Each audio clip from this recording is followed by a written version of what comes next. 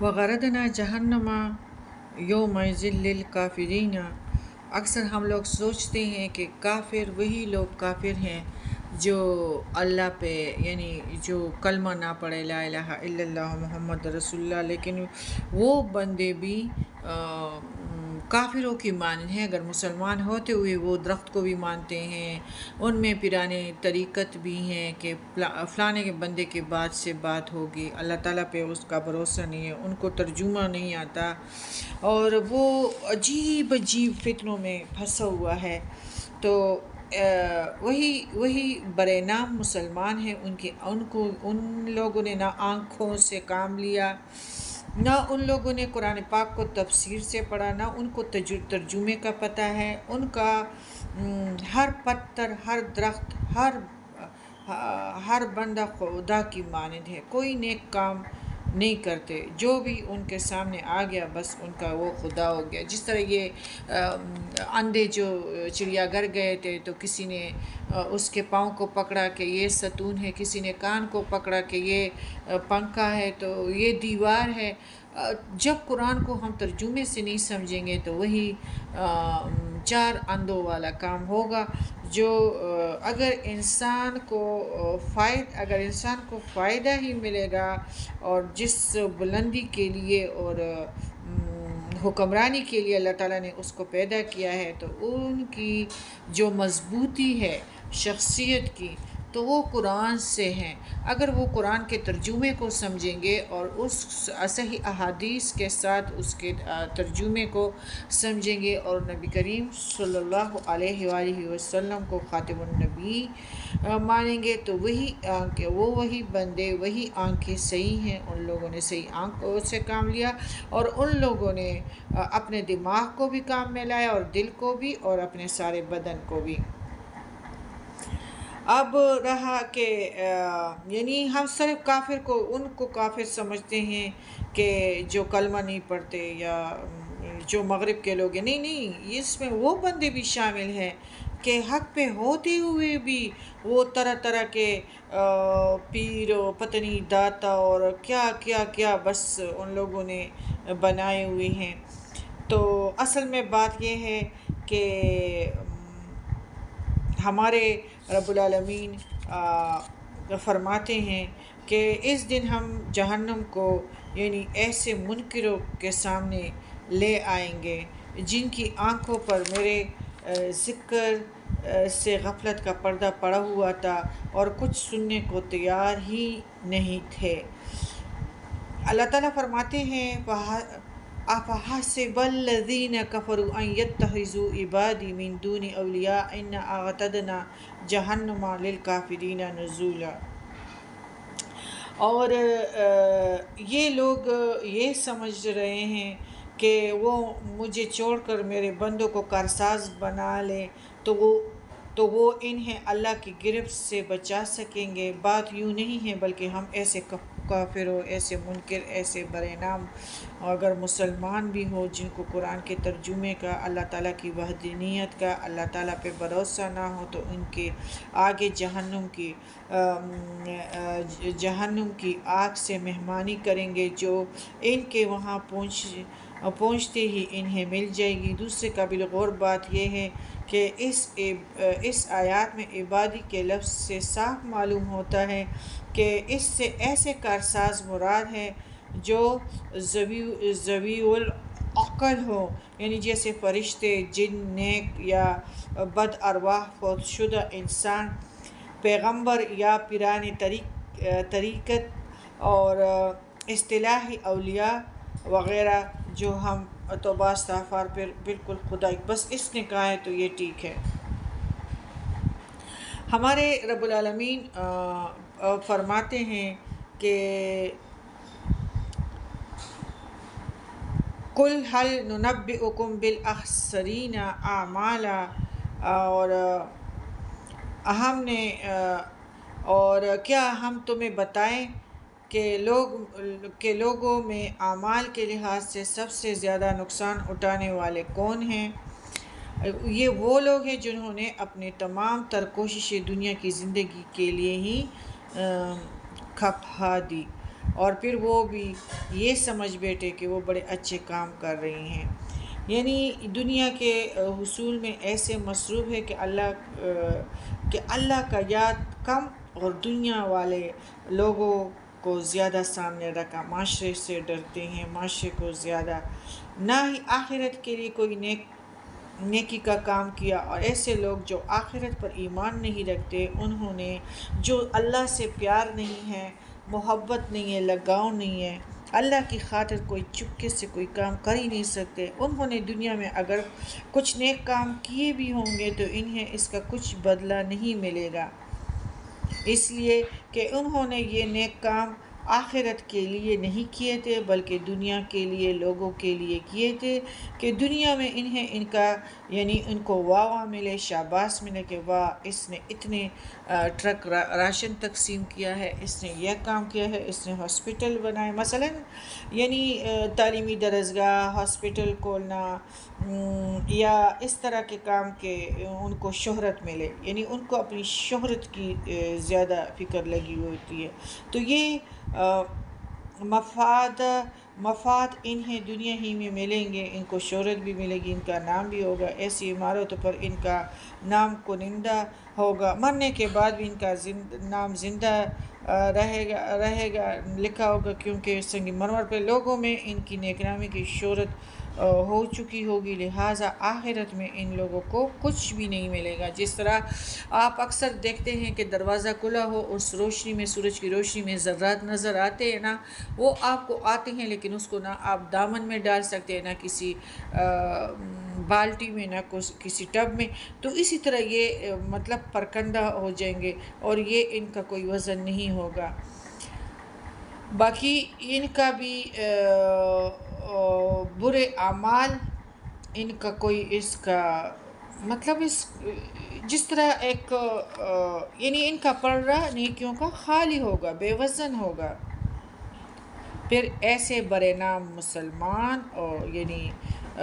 ہم کفر کی طرف لے کے جاتے ہیں. برے نام مسلمان بھی بہت ہے اور برے اعمال کی وجہ سے انہیں اس معاشرے سے ڈرنا، اللہ کا حکم لانا، ایسے لوگوں کو جہنم میں ڈالا جائے گا. وہ سب سے زیادہ گھاٹے والے اس لحاظ سے رہے کہ وہ دنیا میں نیک اعمال بھی کرتے رہے اور سمجھتے رہے کہ ہم بہت اچھے کام کر رہے ہیں، مگر آخرت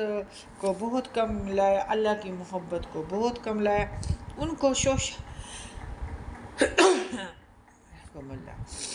کو شوشہ کا بہت شوق تھا، دنیا داری کا بہت شوق تھا، جنہوں نے اپنی ساری عمر اسی طرح گزاری اور یعنی ان کے ہاتھ میں کچھ نہیں آیا اور خالی ہاتھ وہ اس دنیا سے گزر گئے. یہی لوگ ہیں جنہوں نے اپنے پروردگار کی آیات اور اس کی ملاقات کا انکار کیا، لہٰذا ان کے سب اعمال برباد ہو جائیں گے اور قیامت کے دن ہم ان کے لیے میزان ہی نہیں رکھیں گے. آیت نمبر 105. اور یہ جہنم ان کا بدلہ ہے کیونکہ انہوں نے کفر اختیار کیا تھا اور میری آیات اور میرے رسولوں کا مذاق اڑاتے رہے. البتہ جو لوگ ایمان لائے، نیک اعمال کرتے رہے، ان کی مہمانی جو ہے وہ جنت الفردوس کے باغات سے ہوگی، جن میں وہ ہمیشہ رہیں گے اور کسی اور جگہ منتقل ہونا پسند نہیں کریں گے. تو یعنی جنت الفردوس ایسے جو اللہ کی خاطر کرے، اپنے آپ کو، اپنی ضرورتوں کو پیچھے کرے، اللہ دیکھتا ہے، اس کے بارے میں سوال ہوگا، یہ فضول خرچی ہے. اگر کوئی انجیکشنوں کے لیے مر رہا ہو اور میرے پاس یہ والا چیز ہو تو یہ تو میں اس میں آ گئی. تو ایسے لوگوں کے لیے بہت بہاریں انتظار میں ہیں. اللہ تعالیٰ ان سے بہت خوش ہوتا ہے. اللہ تعالیٰ ان سے سوال بھی نہیں کرے گا اور اللہ تعالیٰ ان کو جنت فردوس دے گا جہاں یہ بہت خوش رہیں گے، اور ان کو جنت فردوس اتنی پسند آئے گی کہ وہ اس کے علاوہ کسی اور جگہ منتقل ہونا بھی پسند نہیں کریں گے. آپ صلی اللہ علیہ وآلہ وسلم ان کو کہہ دیجئے کلو کان البحر مدادا لکلماتی ربی لنفد البحر قبل ان تنفد کلمات ربی ولو جئنا بمثلہ مدادا۔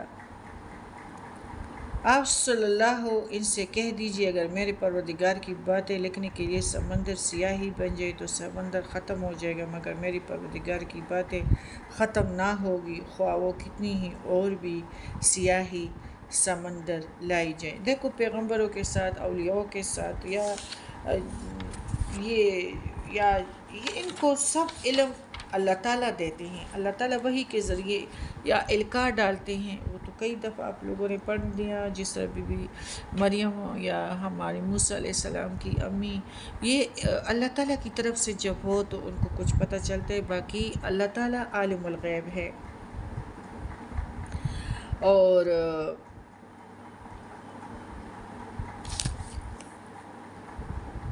قل انما انا بشر مثلکم یوحی الی انما الہکم الہ واحد فمن کان یرجو لقاء ربہ فلیعمل عملا صالحا ولا یشرک بعبادت ربہ احدا۔ آپ صلی اللہ علیہ وسلم ان سے کہہ دیجئے کہ میں تو تمہاری ہی جیسا ایک انسان ہوں، ہاں یہ فرق ضرور ہے کہ میری طرف وحی کی جاتی ہے اور مجھے ایک خبر دی جاتی ہے کہ تمہارا الہ صرف ایک ہی الہ ہے، الہکم الہ واحد۔ تو پھر جب ایک ہی الہ ہے، پھر یہ قبر میں مدفون اور ان بہت سارے بندوں کو، بس پیر صاحب نے کہا ہے، جب تمہارے رب نے کہا ہے اگر میں تمہاری کسی کام سے خوش ہو گیا تو میں تمہیں وہ کام کر کے دوں گا جو تمہارے وہم میں بھی نہیں ہوگا، میں تمہیں اتنا زیادہ دوں گا کہ تمہیں وہم اور گمان نہیں ہوگا۔ تو پیر کا کہنا کہاں سے آگے، یہ بھی تو ایک قسم کا شرک ہے، اور ہم نے اللہ تعالیٰ کو ایک محدود سطح پہ لایا ہے۔ نہیں، اللہ تعالیٰ جو ہے وہ بہت زیادہ فائدہ بھی دے سکتے ہیں، بہت، یعنی وہ ہم سوچ بھی نہیں سکیں گے۔ ہاں اگر اللہ نہ کرے، ہم تو خیر خطا کار ہیں تو استغفار تو ضرور پڑھنی چاہیے، استغفار کا ورد ضرور کرنا چاہیے۔ اگر کوئی غلطیوں کی وجہ سے کچھ نعمتیں چھینی جا سکتی ہیں، اگر اللہ تعالیٰ ہم سے ناراض ہوئے، اللہ تعالیٰ ہمیں راضی کرے، اور راضی یہ کہ اللہ تعالیٰ کے ہر کام پہ شکر ادا کریں گے۔ جو دعائیں ہماری قبول نہیں ہوتی، اللہ تعالیٰ ہماری ان دعاؤں کو جب ہمارے ملاقات کا وقت ہوگا، جب ہماری قبر کی رات ہوگی تو وہ بہت خوشگوار رہے گی، اور یہی دعائیں جو ہیں انشاءاللہ ہمیں بچا کے رہے گی۔ اور اصل میں بات یہ ہے کہ نبی کریم صلی اللہ علیہ وسلم کہ یعنی آپ ان سے کہہ دیجئے کہ میں تو تمہارے ہی جیسا ایک انسان ہوں۔ سیدنا عبداللہ بن مسعود فرماتے ہیں کہ ایک دفعہ نبی کریم صلی اللہ علیہ وآلہ وسلم نے نماز پڑھائی تو اس میں کچھ کمی پیشی کر دی۔ جب سلام پھیرا تو لوگوں نے عرض کیا، یا رسول اللہ، نماز کے متعلق کوئی نیا حکم آیا ہے؟ آپ صلی اللہ علیہ وسلم نے پوچھا، کیوں، کیا بات ہے؟ لوگوں نے کہا، آپ نے اتنی رکعت پڑھی ہیں، اور یہ سن کر آپ الٹے پاؤں پھر قبلے کی طرف منہ کیا اور سہو کے 2 سجدے کیے۔ یعنی اگر کوئی چیز یاد آ جائے، اگر آپ لوگوں نے سلام پھیرا بھی ہو تو پھر آپ 2 سجدے سہو کر سکتے ہیں۔ پھر پیارے نبی نے 2 سجدے کیے،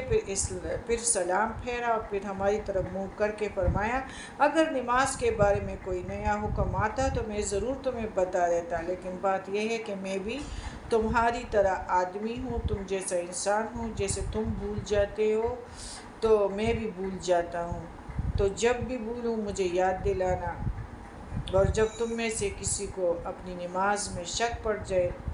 تو اپنے ظن غالب کے مطابق اپنی نماز پوری کرے، پھر سجدے سہو 2 کر لے۔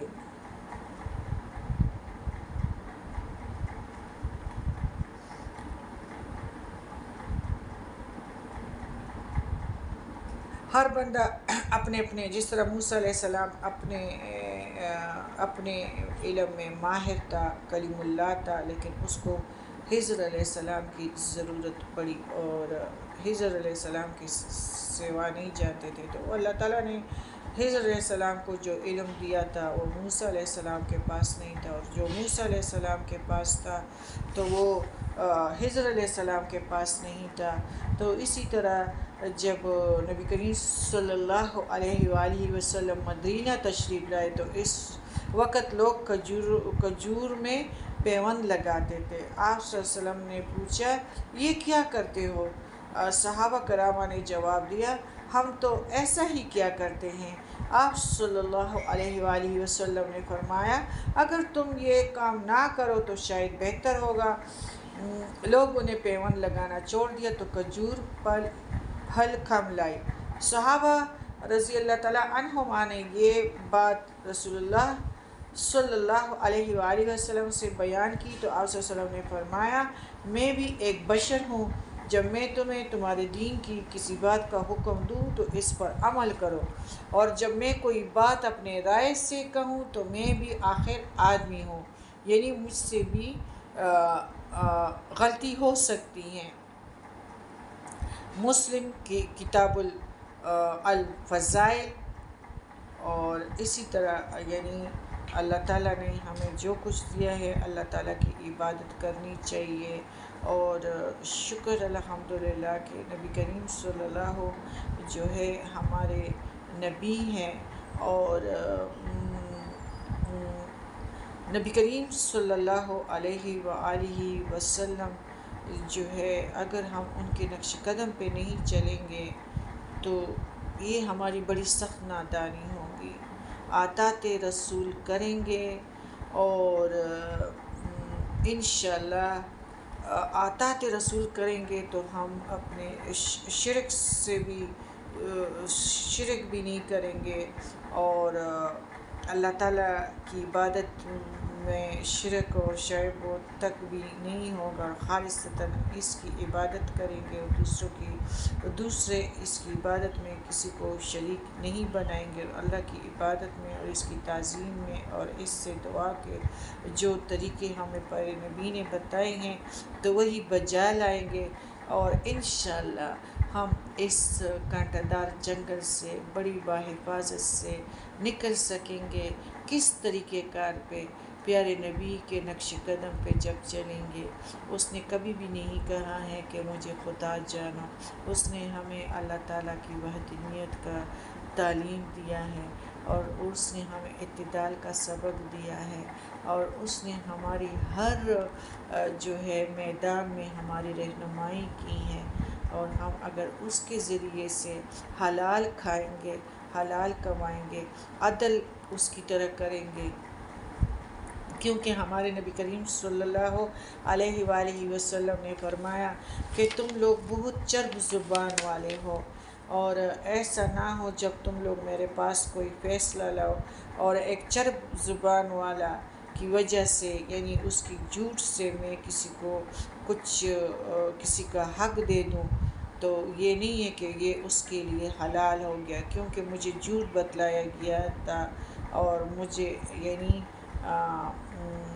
مجھے اس طرح چرب زبان سے اس نے کام لیا، لیکن وہ یہ ضرور سمجھے کہ اس کو